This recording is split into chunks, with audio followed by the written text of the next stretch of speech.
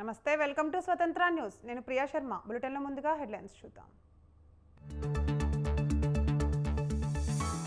కాసేపట్లో వైసీపీలో చేరనున్న ముద్రగడ, కండువా కప్పి పార్టీలోకి ఆహ్వానించనున్న జగన్.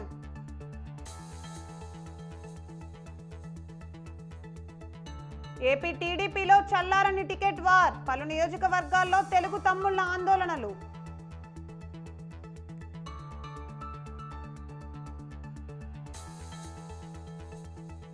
ఎమ్మెల్యే గూడెం మహిపాల్ రెడ్డి సోదరుడు అరెస్ట్, సంగారెడ్డి ప్రభుత్వ హాస్పిటల్ వద్ద ఉద్రిక్తత.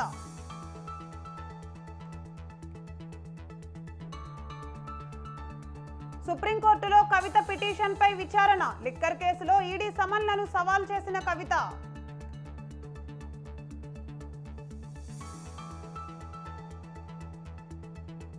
సాయంత్రం హైదరాబాద్ కు ప్రధాని, మల్కాజ్గిరి రోడ్ షోలో పాల్గొననున్న మోదీ.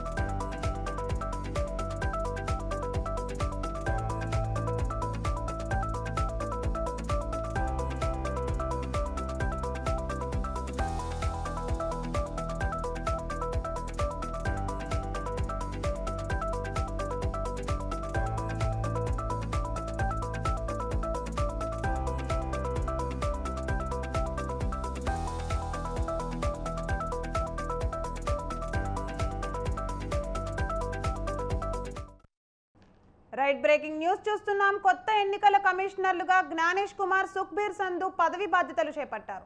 ప్రధాన ఎన్నికల కమిషనర్ రాజీవ్ కుమార్ కొత్త సహచరులకు స్వాగతం పలికారు. దీనితో 2024 లోక్సభ ఎన్నికల ప్రకటనకు పూర్తి స్థాయిలో ఎన్నికల కమిషనర్లు సన్నద్ధమయ్యారు.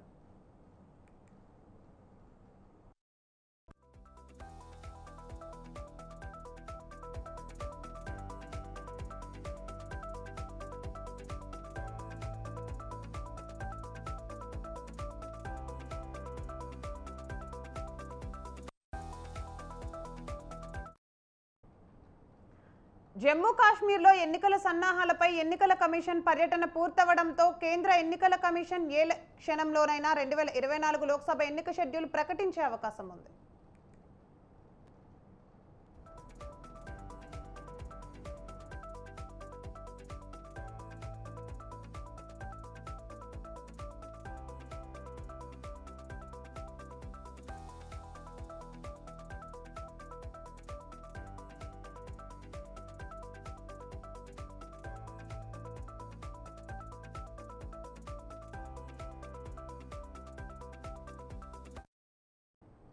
ఇక 543 మంది సభ్యుల లోక్సభకు జరగనున్న ఎన్నికలకు ఇప్పటికే అన్ని రాజకీయ పార్టీలు సన్నద్ధమయ్యాయి. అధికార బీజేపీతో సహా వివిధ రాజకీయ పార్టీలు తమ అభ్యర్థులను ప్రకటించాయి. దేశవ్యాప్తంగా ఎన్నికల ఫీవర్ మొదలైంది.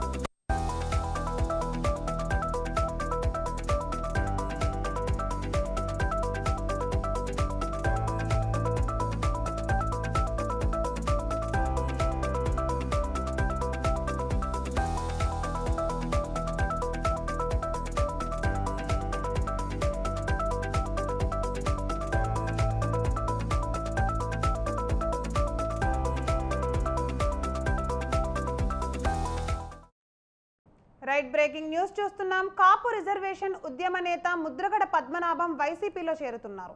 తన కుమారుడు గిరితో కలిసి తాడేపల్లిలోని సీఎం క్యాంప్ కార్యాలయంలో జగన్ సమక్షంలో వైసీపీ కండువా కప్పుకోనున్నారు. ఇప్పటికే ఆయన కిర్లంపూడి నుంచి తాడేపల్లికి చేరుకున్నారు.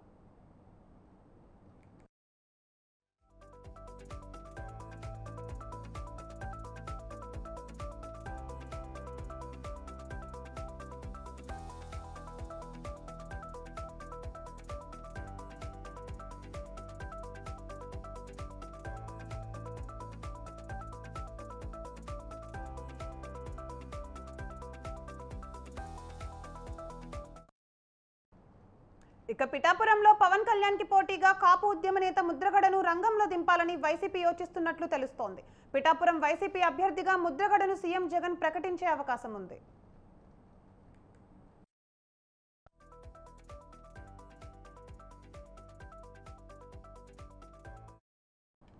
రైట్, ఇక ఇదే అంశంపై మరింత సమాచారం మా ప్రతినిధి నవీన్ రాజ్ ఫోన్ లైన్ లో అందిస్తారు. నవీన్ రాజ్, చెప్పండి, ముద్రగడ పద్మనాభం వైసీపీలో చేరనున్నారు, దానిపైన పూర్తి అప్డేట్స్ ఏంటి? థ్యాంక్ యూ ప్రియ. ఏదైతే కాపు ఉద్యమ నేత ముద్రగడ పద్మనాభం అయితే కనుక మరికొద్ది క్షణాల్లో అయితే కనుక ఈ వైసీపీ పార్టీలో చేరుతున్నట్లుగా అయితే సమాచారం అవుతుంది. ఇప్పటికే అంటే నిన్న రాత్రి ఆయన స్వగ్రామమైన కిర్లంపూడి నుంచి అయితే బయలుదేరి తాడేపల్లి చేరుకున్నారు. విజయవాడలోని ఒక హోటల్లో అయితే కనుక ఆయన బస చేశారు. మరికొద్ది సేపట్లో సీఎం జగన్మోహన్ రెడ్డిని కలిసి పార్టీలో చేరుతున్నట్లు కూడా తెలుస్తుంది. అయితే ఇప్పటికే అంటే సీఎం జగన్ తో కొంతసేపు మంతనాలు చేసిన తర్వాత పార్టీలో చేరుతున్నట్లుగా అఫీషియల్ గా అయితే ప్రకటించే అవకాశం ఉంది. అదేవిధంగా చూస్తే కనుక కాకినాడ జిల్లాలో రాజకీయాలు అయితే వేడెక్కాయి. ఒక పక్క నుంచి పిఠాపురం నియోజకవర్గం నుంచి పవన్ కళ్యాణ్, జనసేన అధినేత పవన్ కళ్యాణ్ పోటీ చేస్తారని చెప్పేసి ఆయన నిన్న స్వయంగా ప్రకటించిన నేపథ్యంలో ఆ పిఠాపురం నియోజకవర్గం నుంచి కాపు ఉద్యమ నేత ముద్రగడ పద్మనాభం రంగంలోకి దించేందుకు వైసీపీ ప్రయత్నాలు చేస్తున్నట్లుగా సమాచారం వచ్చింది. అంటే పవన్ కళ్యాణ్ ను ఓడిస్తే ఆయన ఇరుకును పెట్టాలనే కాన్సెప్ట్ తో కాపు ఉద్యమ నేత ముద్రగడని అక్కడి నుంచి రంగంలో దించాలని అయితే కనుక ప్రయత్నం చేస్తున్నారు. ఇప్పటికే పిఠాపురం సంబంధించిన నియోజకవర్గానికి ఇన్ఛార్జ్ గా కాకినాడ ఎంపీ వంగ గీతను అయితే వైసీపీ ప్రకటించింది. ఈ నేపథ్యంలో పవన్ కళ్యాణ్ ప్రకటన నేపథ్యంలో తన వైఖరిని కూడా వైసీపీ మార్చుకునే అవకాశాలు అయితే కనిపిస్తున్నాయి. ముద్రగడని దించుతారా లేక ముందుగా ప్రకటించిన వంగ గీతని జనసేన అధినేత పవన్ కళ్యాణ్ మీద పోటీ దించుతారనేది అయితే ఇంకా వైసీపీ నుంచి ఏ విధమైన స్పష్టమైన ఆదేశాలు అయితే రాలేదు. ఏదేమైనప్పటికీ పవన్ కళ్యాణ్ ఓడించేందుకు అయితే వైసీపీ ప్రయత్నాలు అయితే చేస్తున్నట్లుగా తెలుస్తుంది Priya. Right, thank you for the updates Naveen Raj.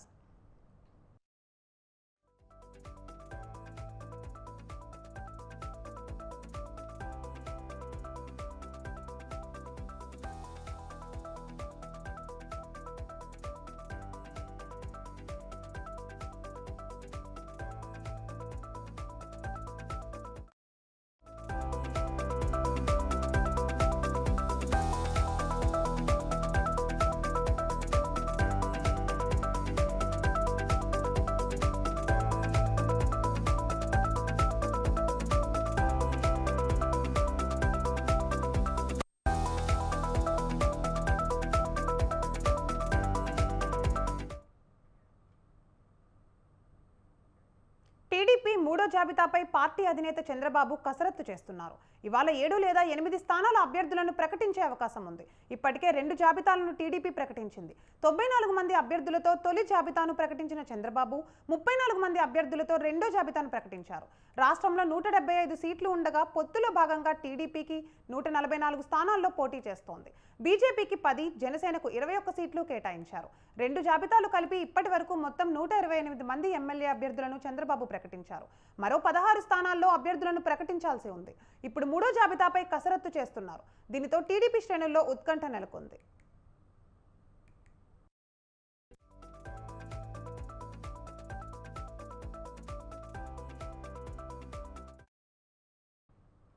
ఇక టీడీపీలోని కీలక నేతలు, గత ప్రభుత్వంలో మంత్రులుగా పనిచేసిన నేతలు, పార్టీకి అత్యంత విధేయులుగా పేరున్న కొంతమంది పేర్లు రెండో జాబితాలోనూ కనిపించకపోవడంతో ఏపీ రాజకీయాల్లో చర్చనీయాంశంగా మారింది.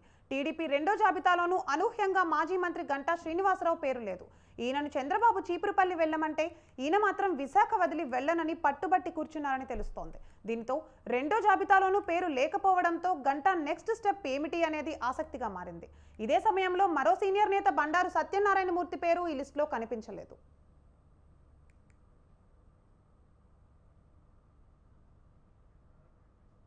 ఇక వీరితో పాటు మాజీ మంత్రులు సోమిరెడ్డి చంద్రమోహన్ రెడ్డి, కేఎస్ జవహర్, దేవినేని ఉమాల పేర్లు కూడా కనిపించకపోవడం ఇప్పుడు ఆసక్తిగా మారింది. వీరితో పాటు ఆలపాటి రాజా, కొమ్మాలపాటి శ్రీధర్లకు చుక్క ఎదురవ్వడంతో టీడీపీలో ఏం జరుగుతుందనే చర్చ తెరపైకి వచ్చింది. వీరిలో మైలవరం టికెట్ ఈసారికి వసంత కృష్ణప్రసాద్కి ఇచ్చే అవకాశం ఉందని, దేవినేనికి రెస్ట్ ఇస్తారని ప్రచారం జరుగుతున్న వేళ ఆయన పేరు కూడా లేకపోవడం ఉత్కంఠగా మారింది.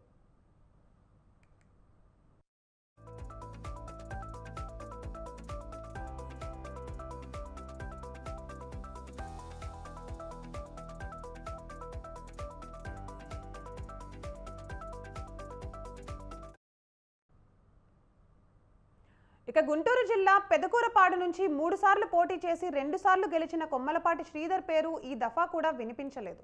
ఈసారి కూరపాడు టికెట్ను భాష్యం ప్రవీణ్కు కేటాయించారు చంద్రబాబు. దీనితో ఈసారి ఈయనకు రెస్ట్ అనే చర్చ తెరపైకి వచ్చింది. మరి ఈ సీనియర్లకు చంద్రబాబు ఇప్పటికే సమాచారం అందించారా, లేక మూడో లిస్టు వరకు వేచి చూసే పరిస్థితి ఉంటుందా అనేది సస్పెన్స్గా మారింది.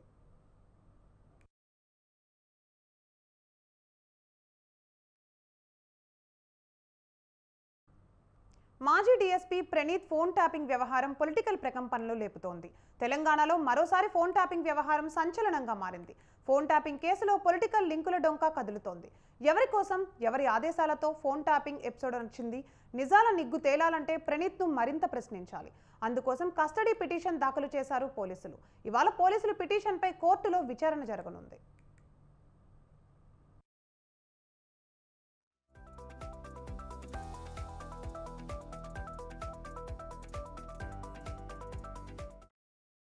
మరోవైపు ఫోన్ ట్యాపింగ్ కేసు దర్యాప్తులో సంచలన విషయాలు వెలుగులోకి వస్తున్నాయి. స్పెషల్ ఇంటెలిజెన్స్ బ్రాంచ్లో ఉండగా ఉన్నతాధికారుల ఆదేశాల మేరకే నాయకులు, ప్రముఖుల ఫోన్లను తాను ట్యాపింగ్ చేసినట్లు విచారణలో మాజీ డీఎస్పీ ప్రణీత్ రావు ఒప్పుకున్నట్లు తెలుస్తోంది. అసెంబ్లీ ఎన్నికల సందర్భంగా ఏకంగా టీపీసీసీ అధ్యక్షుడు, ప్రస్తుత సీఎం రేవంత్ రెడ్డిని లక్ష్యంగా చేసుకుని ట్యాపింగ్కు పాల్పడ్డారని సమాచారం. రేవంత్, ఆయన సహచర బృందం కదలికలను గుర్తించడంతో పాటు ఎన్నికల్లో కాంగ్రెస్కు డబ్బులు ఎక్కడి నుండి, ఏ మార్గాల్లో ఎవరెవరు సర్దుబాటు చేస్తున్నారు అనే వివరాలను ప్రణీత్ ట్యాపింగ్ చేశారు. ముఖ్యంగా ఎన్నికలకు కొద్ది నెలల ముందు నుంచి రేవంత్తో పాటు ఆయనకు అత్యంత సన్నిహితులు, సహకరించే అందరి ఫోన్లపైన ట్యాపింగ్ కొనసాగినట్లు ఆధారాలు లభించినట్లు తెలిసింది. అప్పటి అధికార పార్టీ బీఆర్ఎస్ ఆదేశాల మేరకు నడుచుకున్న ప్రణీత్, రాజకీయ నాయకులు, పోలీసులతో పాటు ప్రైవేటు వ్యక్తుల సహకారం కూడా తీసుకున్నారు. ఎక్కడికక్కడ తమకు అందుతున్న సమాచారం, ఫోన్ నంబర్ల ఆధారంగా ఎస్ఐబి ప్రధాన కార్యాలయం, ఇతర వార్ రూమ్ల నుంచి రోజుల వ్యవధిలోనే వందల ఫోన్ల ట్యాపింగ్కు పాల్పడ్డారు.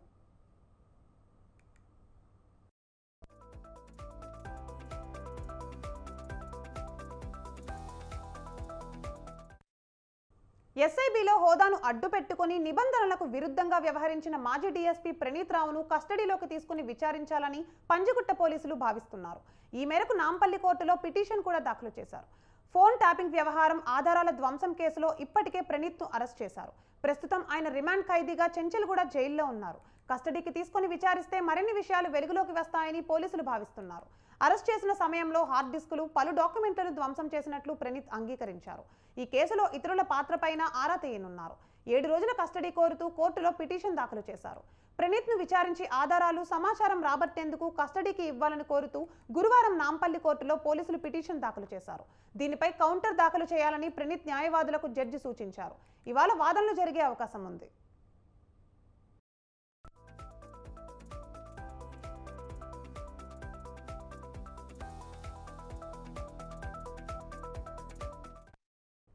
అరెస్టు సమయంలో ప్రణీత్ రావును ప్రాథమికంగా విచారించగా ఒక ఎస్పీ, ఎస్ఐబి అప్పటి చీఫ్ ఆదేశాల మేరకే తాను, తన బృందం పనిచేసినట్లు వెల్లడించినట్లు తెలిసింది. ప్రణీత్ను కస్టడీకి తీసుకుని విచారించేందుకు పోలీసులు సిద్ధమవుతున్నారు. ఫోన్ ట్యాపింగ్ వ్యవహారంలో ప్రణీత్తో పాటు భాగస్వాములైన ఎస్ఐబి అప్పటి ఉన్నతాధికారులను నేడో రేపో విచారించే అవకాశం ఉన్నట్లు తెలుస్తోంది. పంజగుట్ట పోలీసులు వారికి నోటీసులు జారీ చేసినట్లు సమాచారం. నిందితుల జాబితాలో ప్రణీత్తో పాటు మరికొందరు అని మాత్రమే పోలీసులు నమోదు చేశారు. ప్రస్తుతం వారెవరో తేల్చే పనిలో ఉన్నారు. మరోవైపు కేసును దర్యాప్తు చేస్తున్న ప్రత్యేక బృందం ఎస్ఐబి కార్యాలయాన్ని సందర్శించింది. ప్రణీత్ ఉపయోగించిన 2 గదులు, 17 కంప్యూటర్లను పరిశీలించింది. ఎవరి ఆదేశాలతో ఇదంతా చేశారు అనే దానిపై ఆరా తీస్తోంది. ఈ కేసులో ప్రణీత్ ఆధీనంలో పనిచేసిన ఎస్ఓటీ సిబ్బందిని కూడా నిందితులుగా చేర్చే యోచనలో ఉన్నట్లు తెలుస్తోంది.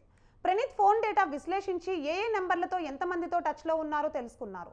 ఎవరెవరి ఫోన్లు ఎంతకాలం ట్యాప్ చేశారు తదితర అంశాలను కూడా దర్యాప్తు చేస్తున్నారు.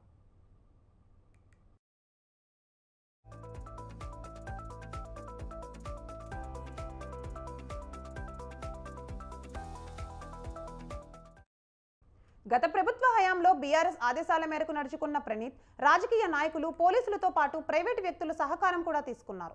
ఎక్కడికక్కడ తమకు అందుతున్న సమాచారం, ఫోన్ నంబర్ల ఆధారంగా ఎస్ఐబి ప్రధాన కార్యాలయం, ఇతర వార్ రూమ్ల నుంచి రోజుల వ్యవధిలోనే వందల ఫోన్ల ట్యాపింగ్కు పాల్పడ్డారు.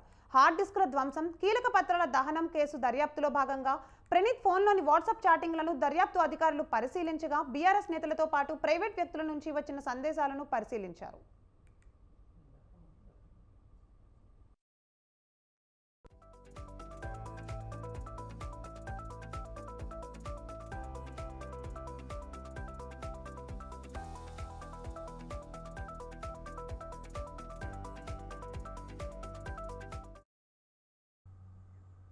తెలంగాణలో రేవంత్ రెడ్డి సీఎంగా కాంగ్రెస్ ప్రభుత్వం కొలువు తీరి 100 రోజులు పూర్తి చేసుకుంది.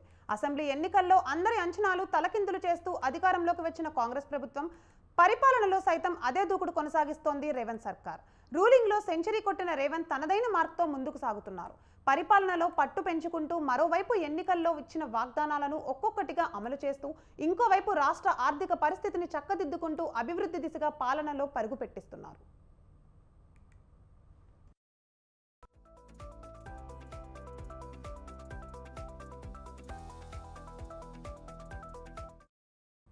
తెలంగాణలో పీపుల్స్ గవర్నమెంట్ ట్యాగ్ లైన్తో అధికారంలోకి వచ్చిన రేవంత్ సర్కార్ గడిచిన 100 రోజుల్లో పలు కీలక నిర్ణయాలు తీసుకున్నారు. డిసెంబర్ 7న సీఎంగా ప్రమాణ స్వీకారం చేశారు రేవంత్ రెడ్డి. అదే సమయానికి ప్రగతి భవన్ ముందున్న కంచెను తొలగించి మహాత్మా గాంధీ జ్యోతిబాపులే భవన్గా మార్చారు. అక్కడే వారంలో 2 రోజుల ప్రజావాణికి కార్యక్రమానికి శ్రీకారం చుట్టారు. డిసెంబర్ 28 నుంచి జనవరి 6 వరకు రాష్ట్ర వ్యాప్తంగా ప్రజాపాలన కార్యక్రమం చేపట్టింది. ఈ ప్రజాపాలనలో గ్రామ సభల్లో ప్రజల నుంచి 6 గ్యారంటీలకు దరఖాస్తులు స్వీకరించింది.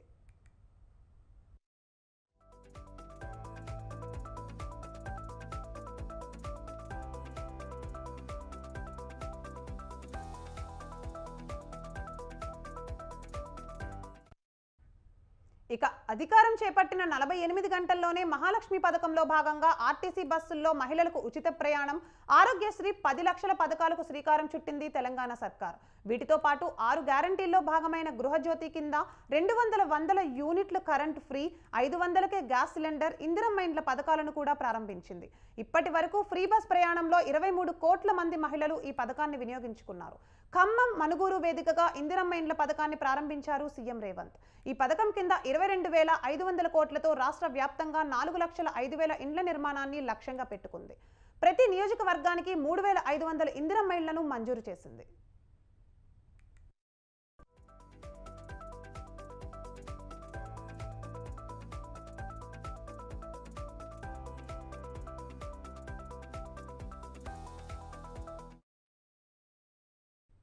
గత సర్కార్ హయాంలో వివిధ శాఖల్లో జరిగిన అవకతవకలపై దృష్టి సారించింది. దీనిలో భాగంగా ఔటర్ రింగ్ రోడ్ టోల్ టెండర్లో జరిగిన అవకతవకలపై సమగ్ర విచారణకు ఆదేశించింది. అంతేకాకుండా గొర్రెల పంపిణీ పథకం, చేప పిల్లల పెంపకం పథకాలపై విజిలెన్స్ అండ్ ఎన్ఫోర్స్మెంట్ విచారణకు ఆదేశించింది. ధరణి పోర్టల్ ఏజెన్సీపై మిషన్ భగీరథ, విలేజ్ లెవెల్ పైప్లైన్లు, ఫోన్ ట్యాపింగ్ కేసులో ఎస్ఐబి అధికారుల పాత్ర, వాణిజ్య పన్నుల శాఖ పరిధిలో 100 కోట్లకు పైగా వ్యాట్ ఎత్తిగేతపై విచారణ చేపట్టింది. వాహనాల రిజిస్ట్రేషన్ల నెంబర్లో ఉండే టీఎస్ను టీజీగా మార్చడం, 100 కొత్త బస్సుల ప్రారంభం, రాష్ట్ర గీతంగా అందేశ్రీ రచించిన జయ జయ హే తెలంగాణ గర్జిస్తూ నిర్ణయం తీసుకుంది. నేరుగా రైతుల సమస్యలను పరిష్కరించేందుకు రైతు నేస్తం కార్యక్రమం చేపట్టింది కాంగ్రెస్ ప్రభుత్వం. దీనిలో భాగంగా రాష్ట్ర వ్యాప్తంగా ఉన్న 2,601 రైతు వేదికలకు వీడియో కాన్ఫరెన్స్ అనుసంధానం చేసింది.